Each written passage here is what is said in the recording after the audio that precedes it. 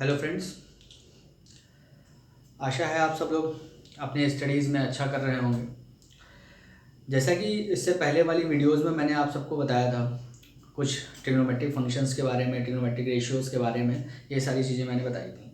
ठीक है, तो आई होप आपको सारी चीज़ें समझ में आई होगी and thank you for the love and support you have given towards the videos.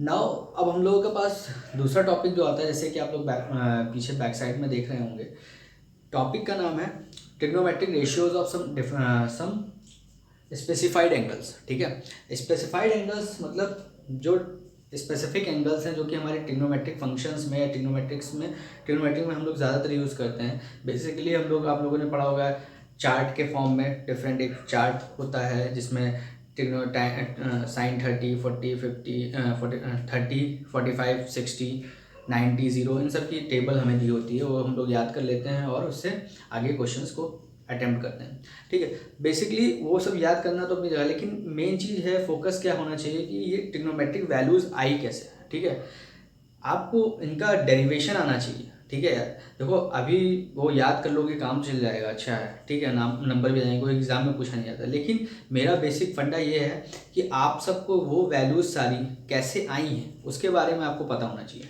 ठीक है, तो इस वीडियो में हम लोग कुछ एक सेलेक्टेड वीडियोस बनाएंगे इस पे, जिस पे आपको डिफरेंट ट्रिग्नोमेट्रिक रेशियोज़ हैं, जो टैन है, साइन है, कॉस है, उन सब में जो स्पेसिफाइड एंगल्स हैं, जैसे 30 हो गया, 60 हो गया, 45 हो गया, उन सब के बारे में हम लोग देखेंगे। ठीक है, तो हम अपन का पहला क्या है, ट्रिग्नोमेट्रिक रेशियो है, जो कि अगर एंगल हमारा 45 डिग्री होता है तो कैसे करेंगे। ठीक है, तो 45 डिग्री, ठीक है, तो हमें पता है सिंपल कि एक राइट एंगल ट्रायंगल है। ठीक है, ये हमारा राइट एंगल ट्रायंगल है, मान लो ये ए बी सी है। ठीक, ये राइट एंगल ट्रायंगल हो गया ए बी सी। ठीक, एक एंगल कह रहा है उसमें 45 है, तो भाई जब एक एंगल आपका 45 होगा, ठीक है, तो अगर हम sum of all angles in a triangle की प्रॉपर्टी लगाते हैं, तो sum of all angle in a triangles के हिसाब से 90 + 45 और प्लस अगर इसको हम x मान लेते हैं और इसको 180 के इक्वल करते हैं, तो हमारा ये एंगल भी कितना आ जाएगा, 45 आ जाएगा। कैसे आया, बाय एंगल सम प्रॉपर्टी। ठीक है, आप लोगों ने पढ़ी होगी। ठीक, अब ये 45 है, ये 45, clear.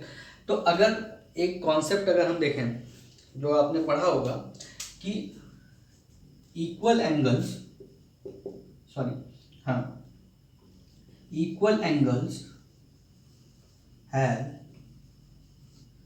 Equal sides opposite to it। ठीक है, equal angles have equal side opposite to it, means क्या है कि अगर ये दोनों एंगल इक्वल हैं तो इनके अपोजिट साइड्स भी जो होंगे वो भी इक्वल होंगे, मतलब ये वाली साइड इसके इक्वल होगी। ठीक है, ये वाली side B C will be equal to, तो हम लिख सकते हैं since angle B A C is equal to angle A C B, therefore AB is equal to B C. इसको हम कुछ मान लेते हैं, सपोज कर लो हमने मान लिया x। ठीक है, x हमने इसको सपोज कर लिया, तो x हमने सपोज कर लिया, तो अगर हमें कोई भी ट्रिग्नोमेट्रिक रेशियो निकालना है, जैसे साइन निकालना है या कॉस निकालना है या टैन निकालना है, कोई भी निकालना है, तो उसके हमें तीनों साइड्स का सम वो पता होना चाहिए, मेजरमेंट पता होना चाहिए, या उसके साइड्स का रेशियो पता होना चाहिए। तो अगर हमने इसको x मान लिया फॉर एग्जांपल और इसको x मान लिया है, तो हाइपोटेनस है, पाइथागोरस लगाकर हम तीसरे साइड का भी हम वो निकाल सकते हैं। तो तीसरे साइड का अगर हम निकालें तो कैसे निकलेगा, AC² is equal to AB² plus BC²। ठीक है, तो x² plus x² is equal to 2x², AC² हो गया, तो AC is equal to √2x हो जाएगा। ठीक है, इतना क्लियर, इतना आप क्लियर हो गया होगा, इसमें कोई डाउट नहीं होनी चाहिए। ठीक, ये आ गया, अब ये वाली साइड भी हमें पता चल गई। ठीक, तो अब हमें निकालना क्या है, अब हमें निकालना है डिफरेंट ट्रिग्नोमेट्रिक एंगल्स निकालना है, रेशियोज निकालने हैं, जैसे साइन हो गया, कॉस हो गया।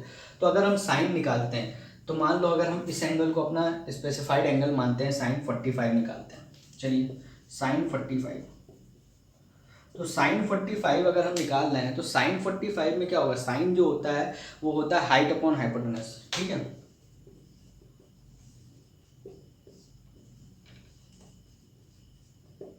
हाइपोटेनस।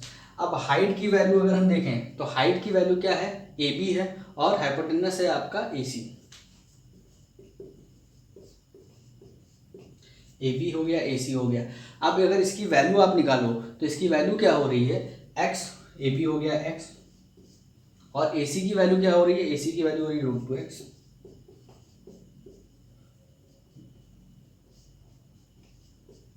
ठीक है, तो इससे हमें क्या पता गया कि साइन 45 जो है वो क्या आ गया, 1/√2 आ गया। यार साइन 45 1/√2 आ गया है। इसी तरह से अगर हम बाकी सारे, क्योंकि हमें तीनों साइड पता है, तो तीनों साइड में अगर हमें तीनों साइड पता हो गई है तो हम इससे कोई भी ट्रिग्नोमेट्रिक रेशियोज आराम से निकाल सकते हैं। साइन हो गया, इसी तरह अगर हमें कॉस निकालना होगा तो कॉस कैसे निकालेंगे, कॉस होता है बेस अपॉन हाइपोटेनस। बेस क्या है, बेस आपका क्या है, ये है, हाइपोटेनस क्या है, ये है, तो वो भी क्या हो जाएगा 1/√2। इसी तरह कॉस, साइन आ गया, कॉस आ गया। उसके बाद तीसरा क्या होता है, टैन। टैन क्या होता है, हाइट अपॉन हाइपोटेनस। हाइट क्या होती है, हाइट ये हो गई, बेस क्या है, एक्स है, तो एक्स अपॉन एक्स 1, यानी कि टैन 45 1 हो गया। ठीक है, तो इस तरह से डिफरेंट डिफरेंट ट्रिग्नोमेट्रिक रेशियोज जो है आप आसानी से निकाल सकते हो, इसमें कोई प्रॉब्लम नहीं होगी आपको। ठीक है, तो ये टेबल याद करना तो अपनी जगह ठीक है, ठीक है, टेबल आपने याद कर लिया, लेकिन टेबल याद करने के साथ साथ आपको ये सारी चीज़ें कैसे आ रही हैं, कैसे वर्क हो रही हैं, ये भी आपको आना ज़रूरी है। ठीक है, तो आई होप आपको ये समझ में आ गया होगा। ओके।